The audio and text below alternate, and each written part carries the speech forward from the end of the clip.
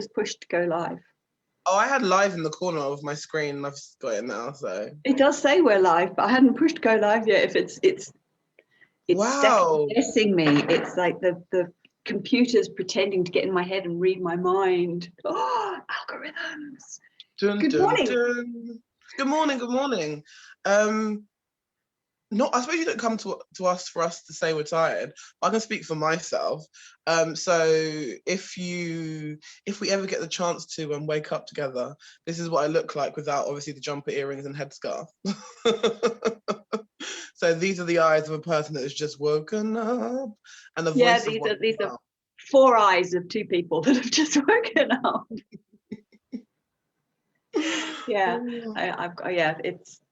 I think we are allowed to say that we're tired or grumpy or I've got a headache or anything like that, because it's empathy. Let's all share our feelings and our emotional states and our general ways of being, because we're all in this together. We're all in this big bubble atmospheric thing on a rock together.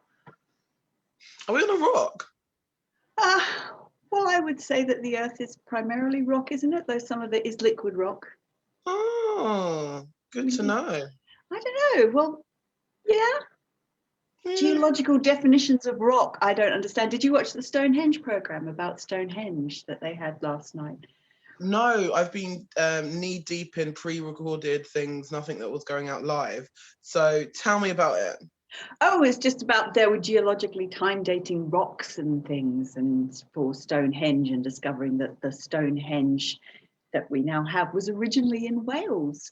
And then the people in Wales migrated and they brought the stones with them, because when you pack up your luggage, don't forget to bring the dog and the kids and the grandma and the standing stones that weigh 3.2 tons. Just throw them in your backpack.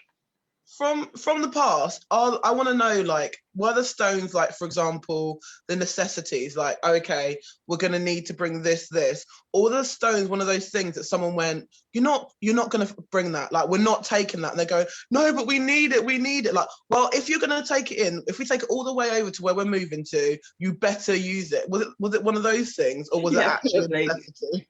Yeah, you better use it when we get there. Don't make it a waste of time. I want to, the next day it's like, I haven't seen you use your stone today. Like, give me a chance, I've just moved in. Yeah. Excuse me, I cleaned the stone yesterday. I think that's your job.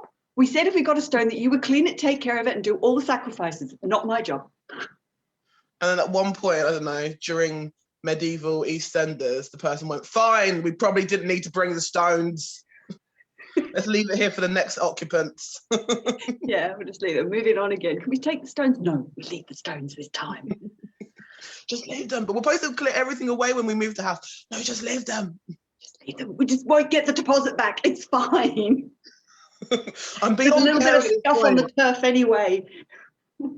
Oh, beautiful. You're just like, I would rather spend the money and just feel better. Let's just go. Go. They'll have stones in the new place we're going to, I'm sure. And if not, you can get into tree ferns.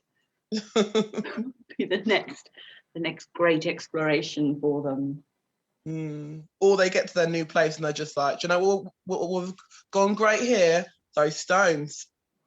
Yeah. Oh God, we should have brought them. You're so right. You're so right. I'm so right. We spent the whole time in the last place saying we shouldn't have had the stones, and now you're saying I'm right. I am saying you're right. I'm saying you're so right that I'm even going to etch it into stone that you're right. There we go. I'll just put a handprint there and then, so that's just as good. Although what I do love about rocks, stones, buildings that have been here for a really long time, trees, I love the fact that, like, I'm only going to last, like, max a few years, over 100 max, and in the past obviously we weren't getting that old.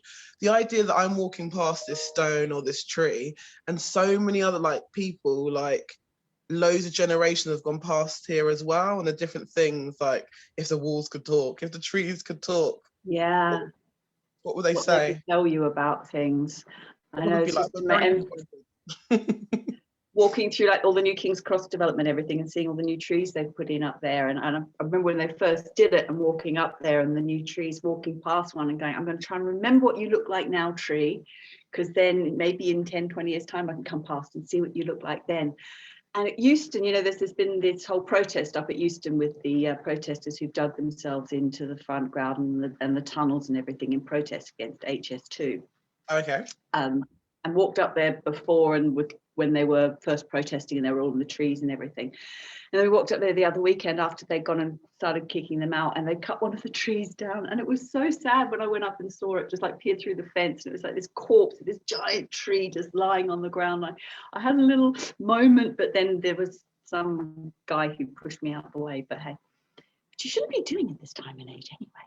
But yeah, I felt so sorry for the tree just lying there on its side, all chopped up into pieces. Should we improvise on that cue of death? Yeah, cheery Saturday morning. Hello, everybody. The sun's shining. We like to bring you up a bit. Yeah. Oh, you know, it's nice to have a different pace. It's nice to have a different pace. Waking up and looking out the window. Oh, I feel so empty. Not empty, just different, as I've been on furlough. I look outside to see this tree and I feel like, do you know what? This tree is a little bit of me. This tree that's been here for so long. This tree that feels like it's gonna go on and on and on. And then on this morn, as I look outside there, an instant's happening, an instant that I'm feeling a really strong connection with, an instant I feel like I cannot bear. There are men around the tree, which I feel like now I have an affinity with. That tree is me. And I think something good is not going to come out of that. I can see them with their tools and with their bats. That tree, its days are numbered and it will be gone. And then, well, will anyone remember where it's come from?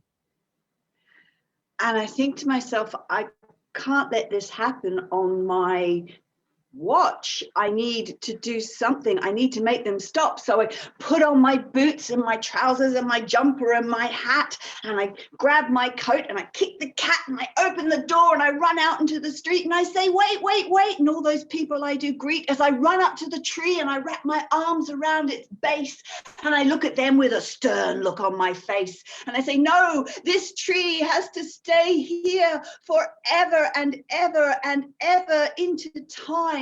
This tree is like something that's amazingly sublime. I feel a connection with it down in my soul, the way its roots go down into the earth, into the hole. I could feel its sap pulsing through my fingers as I stand here giving it a hug. But all the workers standing there, they just shrug.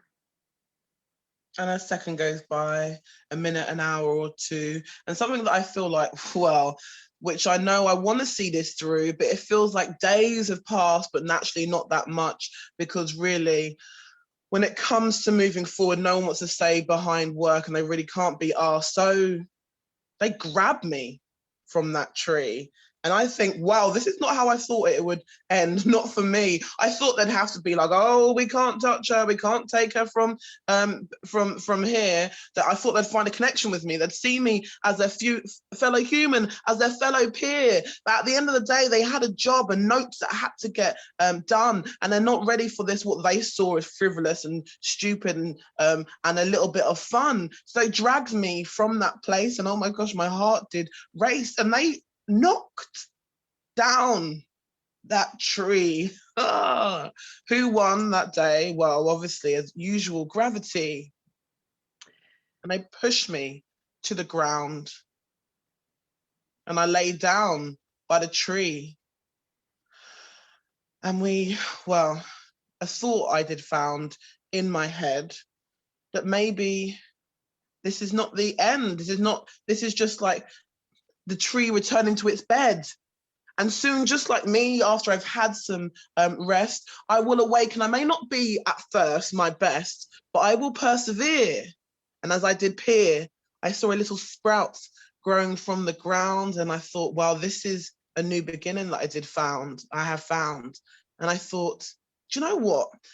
Today is not a good day, but in the end, when I rest and days and days and days and days do pass, maybe like the new sprout that I see, it will grow again into what it once was, a beautiful tree. And that's a little poem for you. There's our poem. So we might have bad days, but all's good. It's a circle of life that we will grow again. So what are your plans for today, Joe? Bit of a walk in the sunshine whilst the sun shines out. It's the same old hamster wheel at the moment, isn't it? Yeah, but a nice day. It's lovely to see everybody. Well, metaphorically, in my heart, in my mind, I can see you all there. Lovely to see you, Mo. Annika. Joe, Deanne. And I'm going to now end the Facebook stream. All right, everybody, have a lovely, lovely weekend. Bye.